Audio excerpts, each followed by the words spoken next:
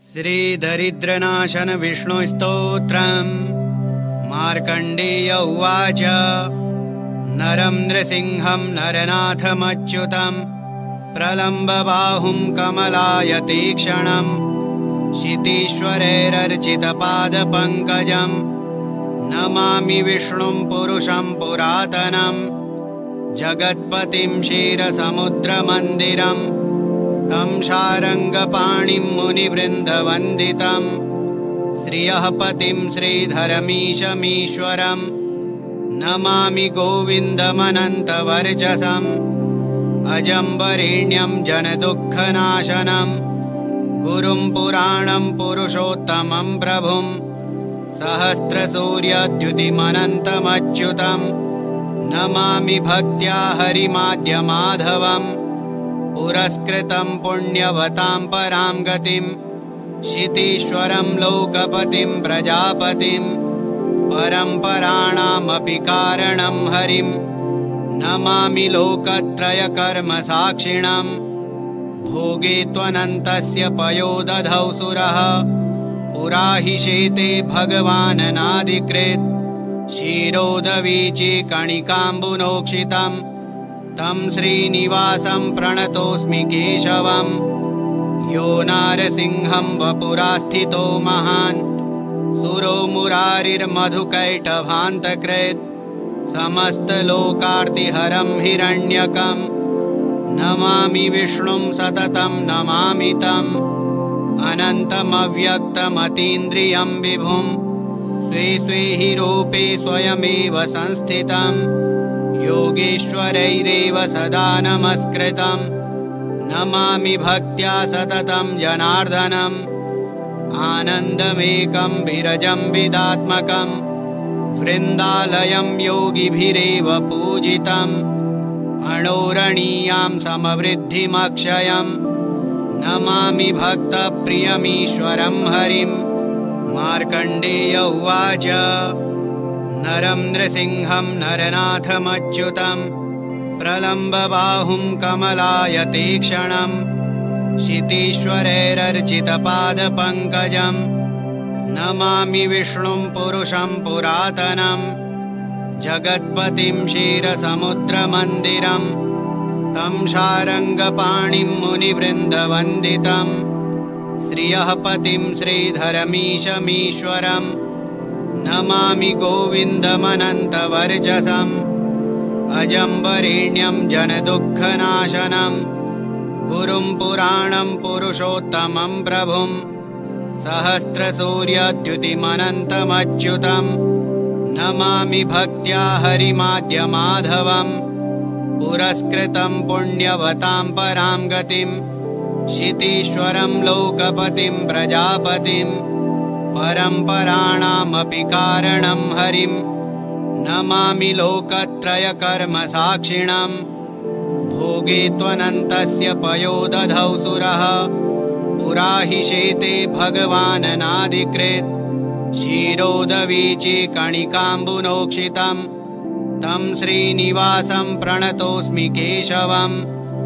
यो नारसिंहं वपुरास्थितो महान् सुरो मुरारिर्मधुकैटभान्तकृत् समस्तलोकार्तिहरं हिरण्यकं नमामि विष्णुं सततं नमामि तम् अनन्तमव्यक्तमतीन्द्रियं विभुं स्वे स्वे हि रूपे स्वयमेव संस्थितं योगेश्वरैरेव सदा नमस्कृतं नमामि भक्त्या सततं जनार्दनम् आनन्दमेकं विरजं विदात्मकं वृन्दालयं योगिभिरेव पूजितम् अणोरणीयां समवृद्धिमक्षयं नमामि भक्तप्रियमीश्वरं हरिं। मार्कण्डेय उवाच। नरं नृसिंहं नरनाथमच्युतं प्रलम्बबाहुं कमलायतीक्ष्णं क्षितीश्वरैरर्चितपादपङ्कजं नमामि विष्णुं पुरुषं पुरातनं जगत्पतिं क्षीरसमुद्रमन्दिरं तं शारङ्गपाणिं मुनिवृन्दवन्दितं श्रियः पतिं श्रीधरमीशमीश्वरं नमामि गोविन्दमनन्तवर्चसम् अजं वरेण्यं जनदुःखनाशनं गुरुं पुराणं पुरुषोत्तमं प्रभुं सहस्रसूर्यद्युतिमनन्तमच्युतं नमामि भक्त्या हरिमाद्यमाधवं पुरस्कृतं पुण्यवतां परां गतिं क्षितीश्वरं लोकपतिं प्रजापतिं परम्पराणामपि कारणं हरिं नमामि लोकत्रयकर्मसाक्षिणं भोगे त्वनन्तस्य पयोदधौ सुरः पुरा हि शेते भगवाननाधिकृत् क्षीरोदवीची कणिकाम्बुनोक्षितं तं श्रीनिवासं प्रणतोऽस्मि केशवं यो नारसिंहं वपुरास्थितो महान् सुरो मुरारिर्मधुकैटभान्तकृत् समस्तलोकार्तिहरं हिरण्यकं नमामि विष्णुं सततं नमामि तम्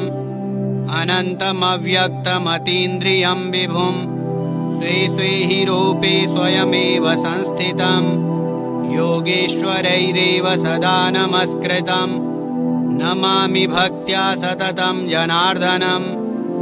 आनन्दमेकं विरजं विदात्मकं वृन्दालयं योगिभिरेव पूजितम् अणोरणीयां समवृद्धिमक्षयं नमामि भक्तप्रियमीश्वरं हरिं मार्कण्डेय उवाच नरं नृसिंहं नरनाथमच्युतं प्रलम्बबाहुं कमलायतीक्ष्णं क्षितीश्वरैरर्चितपादपङ्कजं नमामि विष्णुं पुरुषं पुरातनं जगत्पतिं क्षीरसमुद्रमन्दिरं तं शारङ्गपाणिं मुनिवृन्दवन्दितं श्रियः पतिं श्रीधरमीशमीश्वरं नमामि गोविन्दमनन्तवर्चसम् अजं वरेण्यं जनदुःखनाशनं गुरुं पुराणं पुरुषोत्तमं प्रभुं सहस्रसूर्यद्युतिमनन्तमच्युतं नमामि भक्त्या हरिमाद्यमाधवं पुरस्कृतं पुण्यवतां परां गतिं क्षितीश्वरं लोकपतिं प्रजापतिं परम्पराणामपि कारणं हरिं नमामि लोकत्रयकर्मसाक्षिणं भोगे त्वनन्तस्य पयोदधौ सुरः पुरा हि शेते भगवाननाधिकृत् क्षीरोदवीची कणिकाम्बुनोक्षितं तं श्रीनिवासं प्रणतोऽस्मि केशवं यो नारसिंहं वपुरास्थितो महान् सुरो मुरारिर्मधुकैटभान्तकृत् समस्तलोकार्तिहरं हिरण्यकं नमामि विष्णुं सततं नमामि तम् अनन्तमव्यक्तमतीन्द्रियं विभुं स्वे स्वे हि रूपे स्वयमेव संस्थितं योगेश्वरैरेव सदा नमस्कृतं नमामि भक्त्या सततं जनार्दनम् आनन्दमेकं विरजं विदात्मकं वृन्दालयं योगिभिरेव पूजितम् अणोरणीयां समवृद्धिमक्षयं नमामि भक्तप्रियमीश्वरं हरिं मार्कण्डेय उवाच नरं नृसिंहं नरनाथमच्युतं प्रलम्बबाहुं कमलायतीक्ष्णं क्षितीश्वरैरर्चितपादपङ्कजं नमामि विष्णुं पुरुषं पुरातनं जगत्पतिं क्षीरसमुद्रमन्दिरं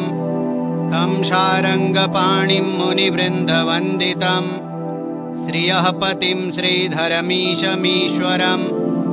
नमामि गोविन्दमनन्तवर्चसम् अजं वरेण्यं जनदुःखनाशनं गुरुं पुराणं पुरुषोत्तमं प्रभुं सहस्रसूर्यद्युतिमनन्तमच्युतं नमामि भक्त्या हरिमाद्यमाधवं पुरस्कृतं पुण्यवतां परां गतिं क्षितीश्वरं लोकपतिं प्रजापतिं परम्पराणामपि कारणं हरिं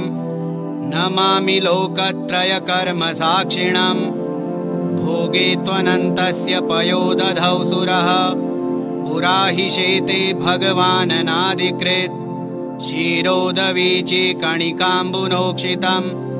तं श्रीनिवासं प्रणतोऽस्मि केशवम् यो नारसिंहं वपुरास्थितो महान् सुरो मुरारिर्मधुकैटभान्तकृत् समस्तलोकार्तिहरं हिरण्यकम् नमामि विष्णुं सततं नमामि तम् अनन्तमव्यक्तमतीन्द्रियं विभुं स्वे स्वे हि रूपे स्वयमेव संस्थितं योगेश्वरैरेव सदा नमस्कृतं नमामि भक्त्या सततं जनार्दनम् आनन्दमेकं विरजं विदात्मकं वृन्दालयं योगिभिरेव पूजितम् अणोरणीयां समवृद्धिमक्षयं नमामि भक्तप्रियमीश्वरं हरिं मार्कण्डेय उवाच नरं नृसिंहं नरनाथमच्युतं प्रलम्बबाहुं कमलायतीक्ष्णं क्षितीश्वरैरर्चितपादपङ्कजं नमामि विष्णुं पुरुषं पुरातनं जगत्पतिं क्षीरसमुद्रमन्दिरं तं शारङ्गपाणिं मुनिवृन्दवन्दितं श्रियः पतिं श्रीधरमीशमीश्वरं नमामि गोविन्दमनन्तवर्चसम् अजं वरेण्यं जनदुःखनाशनं गुरुं पुराणं पुरुषोत्तमं प्रभुं सहस्रसूर्यद्युतिमनन्तमच्युतं नमामि भक्त्या हरिमाद्यमाधवं पुरस्कृतं पुण्यवतां परां गतिं क्षितीश्वरं लोकपतिं प्रजापतिं परम्पराणामपि कारणं हरिं नमामि लोकत्रयकर्मसाक्षिणं भोगे त्वनन्तस्य पयोदधौ सुरः पुरा हि शेते भगवाननादिकृत् क्षीरोदवीची कणिकाम्बुनोक्षितं तं श्रीनिवासं प्रणतोऽस्मि केशवम् यो नारसिंहं वपुरास्थितो महान् सुरो मुरारिर्मधुकैटभान्तकृत् समस्तलोकार्तिहरं हिरण्यकं नमामि विष्णुं सततं नमामि तम् अनन्तमव्यक्तमतीन्द्रियं विभुं स्वे स्वे हि रूपे स्वयमेव संस्थितं योगेश्वरैरेव सदा नमस्कृतं नमामि भक्त्या सततं जनार्दनम् आनन्दमेकं विरजं विदात्मकं वृन्दालयं योगिभिरेव पूजितं अणोरणीयां समवृद्धिमक्षयं नमामि भक्तप्रियमीश्वरं हरिं मार्कण्डेय उवाच नरं नृसिंहं नरनाथमच्युतं प्रलम्बबाहुं कमलायतीक्ष्णं क्षितीश्वरैरर्चितपादपङ्कजं नमामि विष्णुं पुरुषं पुरातनं जगत्पतिं क्षीरसमुद्रमन्दिरं तं शारङ्गपाणिं मुनिवृन्दवन्दितं श्रियः पतिं श्रीधरमीशमीश्वरं नमामि गोविन्दमनन्तवर्चसम् अजं वरेण्यं जनदुःखनाशनं गुरुं पुराणं पुरुषोत्तमं प्रभुं सहस्रसूर्यद्युतिमनन्तमच्युतं नमामि भक्त्या हरिमाद्यमाधवं पुरस्कृतं पुण्यवतां परां गतिं क्षितीश्वरं लोकपतिं प्रजापतिं परम्पराणामपि कारणं हरिं नमामि लोकत्रयकर्मसाक्षिणं भोगे त्वनन्तस्य पयोदधौ सुरः पुरा हि शेते भगवाननादिकृत् क्षीरोदवीची कणिकाम्बुनोक्षितं तं श्रीनिवासं प्रणतोऽस्मि केशवम् यो नारसिंहं वपुरास्थितो महान् सुरो मुरारिर्मधुकैटभान्तकृत् समस्तलोकार्तिहरं हिरण्यकं नमामि विष्णुं सततं नमामि तम् अनन्तमव्यक्तमतीन्द्रियं विभुं स्वे स्वे हि रूपे स्वयमेव संस्थितं योगेश्वरैरेव सदा नमस्कृतं नमामि भक्त्या सततं जनार्दनम् आनन्दमेकं विरजं विदात्मकं वृन्दालयं योगिभिरेव पूजितम् अणोरणीयां समवृद्धिमक्षयं नमामि भक्तप्रियमीश्वरं हरिं मार्कण्डेय उवाच नरं नृसिंहं नरनाथमच्युतं प्रलम्बबाहुं कमलायतेक्षणं क्षितीश्वरैरर्चितपादपङ्कजं नमामि विष्णुं पुरुषं पुरातनं जगत्पतिं क्षीरसमुद्रमन्दिरं तं शारङ्गपाणिं मुनिवृन्दवन्दितं श्रियः पतिं श्रीधरमीशमीश्वरं नमामि गोविन्दमनन्तवर्चसम् अजं वरेण्यं जनदुःखनाशनं गुरुं पुराणं पुरुषोत्तमं प्रभुं सहस्रसूर्यद्युतिमनन्तमच्युतं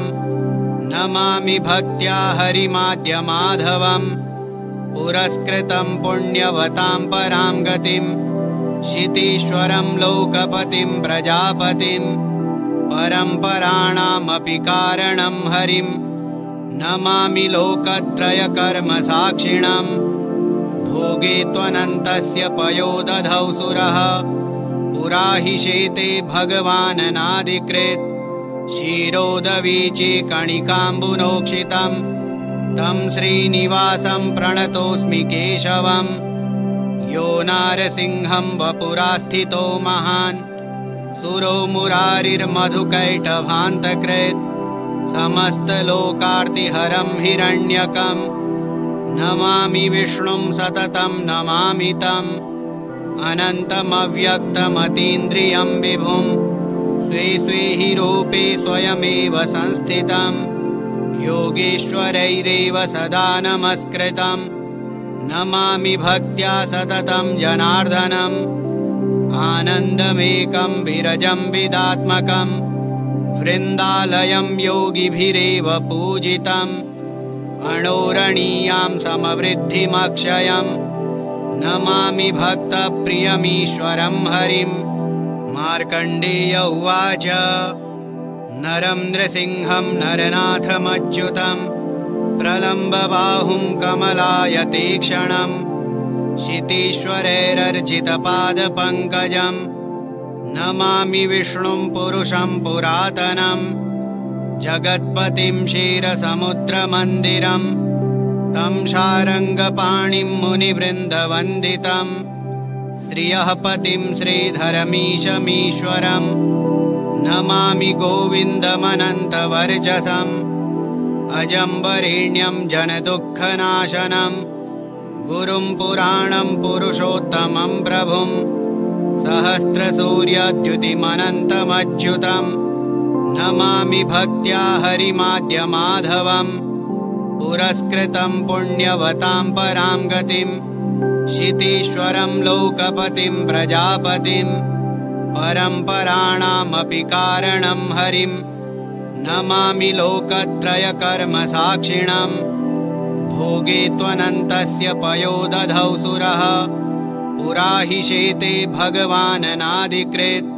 क्षीरोदवीचे कणिकाम्बुनोक्षितं तं श्रीनिवासं प्रणतोऽस्मि केशवं यो नारसिंहं वपुरास्थितो महान् सुरो मुरारिर्मधुकैटभान्तकृत् समस्तलोकार्तिहरं हिरण्यकं नमामि विष्णुं सततं नमामि तम् अनन्तमव्यक्तमतीन्द्रियं विभुं स्वे स्वे हि रूपे स्वयमेव संस्थितं योगेश्वरैरेव सदा नमस्कृतं नमामि भक्त्या सततं जनार्दनम् आनन्दमेकं विरजं विदात्मकं वृन्दालयं योगिभिरेव पूजितं अणोरणीयां समवृद्धिमक्षयं नमामि भक्तप्रियमीश्वरं हरिं। मार्कण्डेय उवाच नरं नृसिंहं नरनाथमच्युतं प्रलम्बबाहुं कमलायतीक्ष्णं क्षितीश्वरैरर्चितपादपङ्कजं नमामि विष्णुं पुरुषं पुरातनं। जगत्पतिं क्षीरसमुद्रमन्दिरं तं शारङ्गपाणिं मुनिवृन्दवन्दितं श्रियः पतिं श्रीधरमीशमीश्वरं नमामि गोविन्दमनन्तवर्चसम्। अजं वरेण्यं जनदुःखनाशनं गुरुं पुराणं पुरुषोत्तमं प्रभुं सहस्रसूर्यद्युतिमनन्तमच्युतं नमामि भक्त्या हरिमाद्यमाधवं। पुरस्कृतं पुण्यवतां परां गतिं क्षितीश्वरं लोकपतिं प्रजापतिं परम्पराणामपि कारणं हरिं नमामि लोकत्रयकर्मसाक्षिणं। भोगे त्वनन्तस्य पयोदधौ सुरः पुरा हि शेते भगवाननादिकृत् क्षीरोदवीचे कणिकाम्बुनोक्षितं तं श्रीनिवासं प्रणतोऽस्मि केशवं। यो नारसिंहं वपुरास्थितो महान् सुरो मुरारिर्मधुकैटभान्तकृत् समस्तलोकार्तिहरं हिरण्यकं नमामि विष्णुं सततं नमामि तम्। अनन्तमव्यक्तमतीन्द्रियं विभुं स्वे स्वे हि रूपे स्वयमेव संस्थितं योगेश्वरैरेव सदा नमस्कृतं नमामि भक्त्या सततं जनार्दनम्। आनन्दमेकं विरजं विदात्मकं वृन्दालयं योगिभिरेव पूजितम् अणोरणीयां समवृद्धिमक्षयं नमामि भक्तप्रियमीश्वरं हरिं। मार्कण्डेय उवाच नरं नृसिंहं नरनाथमच्युतं प्रलम्बबाहुं कमलायतीक्ष्णं क्षितीश्वरैरर्चितपादपङ्कजं नमामि विष्णुं पुरुषं पुरातनं। जगत्पतिं क्षीरसमुद्रमन्दिरं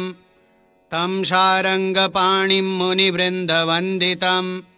श्रियः पतिं श्रीधरमीशमीश्वरं नमामि गोविन्दमनन्तवर्चसम्। अजं वरेण्यं जनदुःखनाशनं गुरुं पुराणं पुरुषोत्तमं प्रभुं सहस्रसूर्यद्युतिमनन्तमच्युतं नमामि भक्त्या हरिमाद्यमाधवं। पुरस्कृतं पुण्यवतां परां गतिं क्षितीश्वरं लोकपतिं प्रजापतिं परम्पराणामपि कारणं हरिं नमामि लोकत्रयकर्मसाक्षिणं। भोगे त्वनन्तस्य पयोदधौ सुरः पुरा हि शेते भगवाननादिकृत् क्षीरोदवीचे कणिकाम्बुनोक्षितं तं श्रीनिवासं प्रणतोऽस्मि केशवं। यो नारसिंहं वपुरास्थितो महान् सुरो मुरारिर्मधुकैटभान्तकृत् समस्तलोकार्तिहरं हिरण्यकं नमामि विष्णुं सततं नमामि तम्। अनन्तमव्यक्तमतीन्द्रियं विभुं स्वे स्वे हि रूपे स्वयमेव संस्थितं योगेश्वरैरेव सदा नमस्कृतं नमामि भक्त्या सततं जनार्दनम्। आनन्दमेकं विरजं विदात्मकं वृन्दालयं योगिभिरेव पूजितम् अणोरणीयां समवृद्धिमक्षयं नमामि भक्तप्रियमीश्वरं हरिं। मार्कण्डेय उवाच नरं नृसिंहं नरनाथमच्युतं प्रलम्बबाहुं कमलायतीक्ष्णं क्षितीश्वरैरर्चितपादपङ्कजं नमामि विष्णुं पुरुषं पुरातनं। जगत्पतिं क्षीरसमुद्रमन्दिरं तं शारङ्गपाणिं मुनिवृन्दवन्दितं श्रियः पतिं श्रीधरमीशमीश्वरं नमामि गोविन्दमनन्तवर्चसम् अजं वरेण्यं जनदुःखनाशनं गुरुं पुराणं पुरुषोत्तमं प्रभुं सहस्रसूर्यद्युतिमनन्तमच्युतं नमामि भक्त्या हरिमाद्यमाधवं पुरस्कृतं पुण्यवतां परां गतिं क्षितीश्वरं लोकपतिं प्रजापतिं परम्पराणामपि कारणं हरिं नमामि लोकत्रयकर्मसाक्षिणं भोगे त्वनन्तस्य पयोदधौ सुरः पुरा हि शेते भगवान् नाधिकृत् क्षीरोदवीचि कणिकाम्बुनोक्षितं तं श्रीनिवासं प्रणतोऽस्मि केशवं यो नारसिंहं वपुरास्थितो महान् सुरो मुरारिर्मधुकैटभान्तकृत् समस्तलोकार्तिहरं हिरण्यकं नमामि विष्णुं सततं नमामि तम् अनन्तमव्यक्तमतीन्द्रियं विभुं स्वे स्वे हि रूपे स्वयमेव संस्थितं योगेश्वरैरेव सदा नमस्कृतं नमामि भक्त्या सततं जनार्दनम् आनन्दमेकं विरजं विदात्मकं वृन्दालयं योगिभिरेव पूजितम् अणोरणीयां समवृद्धिमक्षयं नमामि भक्तप्रियमीश्वरं हरिं मार्कण्डेय उवाच नरं नृसिंहं नरनाथमच्युतं प्रलम्बबाहुं कमलायतीक्ष्णं क्षितीश्वरैरर्चितपादपङ्कजं नमामि विष्णुं पुरुषं पुरातनं जगत्पतिं क्षीरसमुद्रमन्दिरं तं शारङ्गपाणिं मुनिवृन्दवन्दितं श्रियः पतिं श्रीधरमीशमीश्वरं नमामि गोविन्दमनन्तवर्चसम् अजं वरेण्यं जनदुःखनाशनं गुरुं पुराणं पुरुषोत्तमं प्रभुं सहस्रसूर्यद्युतिमनन्तमच्युतं नमामि भक्त्या हरिमाद्यमाधवं पुरस्कृतं पुण्यवतां परां गतिं क्षितीश्वरं लोकपतिं प्रजापतिं परम्पराणामपि कारणं हरिं नमामि लोकत्रयकर्मसाक्षिणं भोगे त्वनन्तस्य पयोदधौ सुरः पुरा हि शेते भगवान् नाधिकृत् क्षीरोदवीचि कणिकाम्बुनोक्षितं तं श्रीनिवासं प्रणतोऽस्मि केशवं यो नारसिंहं वपुरास्थितो महान् सुरो मुरारिर्मधुकैटभान्तकृत् समस्तलोकार्तिहरं हिरण्यकं नमामि विष्णुं सततं नमामि तम् अनन्तमव्यक्तमतीन्द्रियं विभुं स्वे स्वे हि रूपे स्वयमेव संस्थितं योगेश्वरैरेव सदा नमस्कृतं नमामि भक्त्या सततं जनार्दनम् आनन्दमेकं विरजं विदात्मकं वृन्दालयं योगिभिरेव पूजितम् अणोरणीयां समवृद्धिमक्षयं नमामि भक्तप्रियमीश्वरं हरिं मार्कण्डेय उवाच नरं नृसिंहं नरनाथमच्युतं प्रलम्बबाहुं कमलायतीक्ष्णं क्षितीश्वरैरर्चितपादपङ्कजं नमामि विष्णुं पुरुषं पुरातनं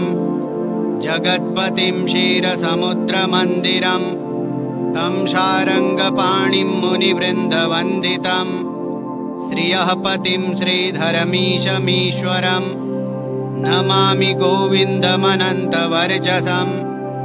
अजं वरेण्यं जनदुःखनाशनं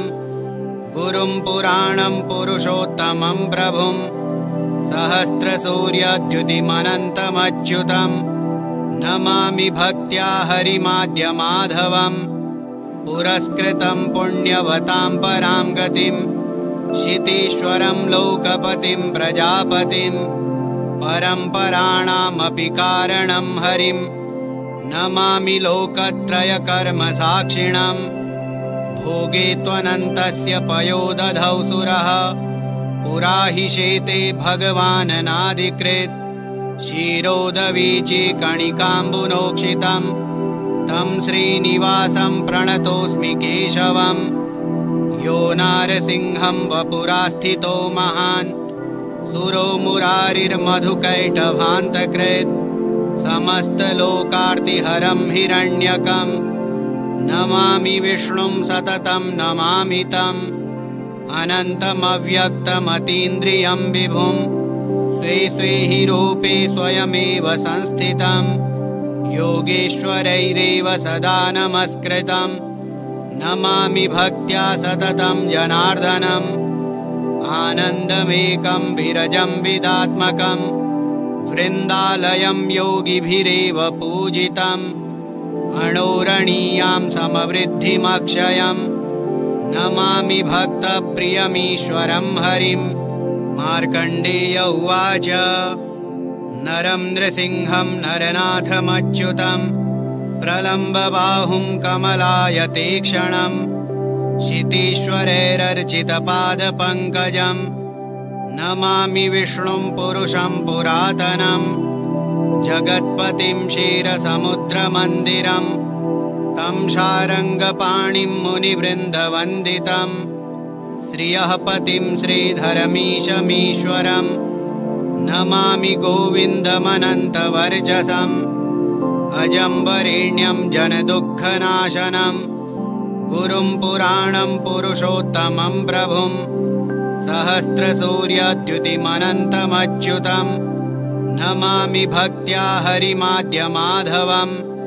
पुरस्कृतं पुण्यवतां परां गतिं क्षितीश्वरं लोकपतिं प्रजापतिं परम्पराणामपि कारणं हरिं नमामि लोकत्रयकर्मसाक्षिणं भोगे त्वनन्तस्य पयोदधौ सुरः पुरा हि शेते भगवाननादिकृत् क्षीरोदवीची कणिकाम्बुनोक्षितं तं श्रीनिवासं प्रणतोऽस्मि केशवं यो नारसिंहं वपुरास्थितो महान् सुरो मुरारिर्मधुकैटभान्तकृत् समस्तलोकार्तिहरं हिरण्यकं नमामि विष्णुं सततं नमामि तम् अनन्तमव्यक्तमतीन्द्रियं विभुं स्वे स्वे हि रूपे स्वयमेव संस्थितं योगेश्वरैरेव सदा नमस्कृतं नमामि भक्त्या सततं जनार्दनम् आनन्दमेकं विरजं विदात्मकं वृन्दालयं योगिभिरेव पूजितम् अणोरणीयां समवृद्धिमक्षयं नमामि भक्तप्रियमीश्वरं हरि।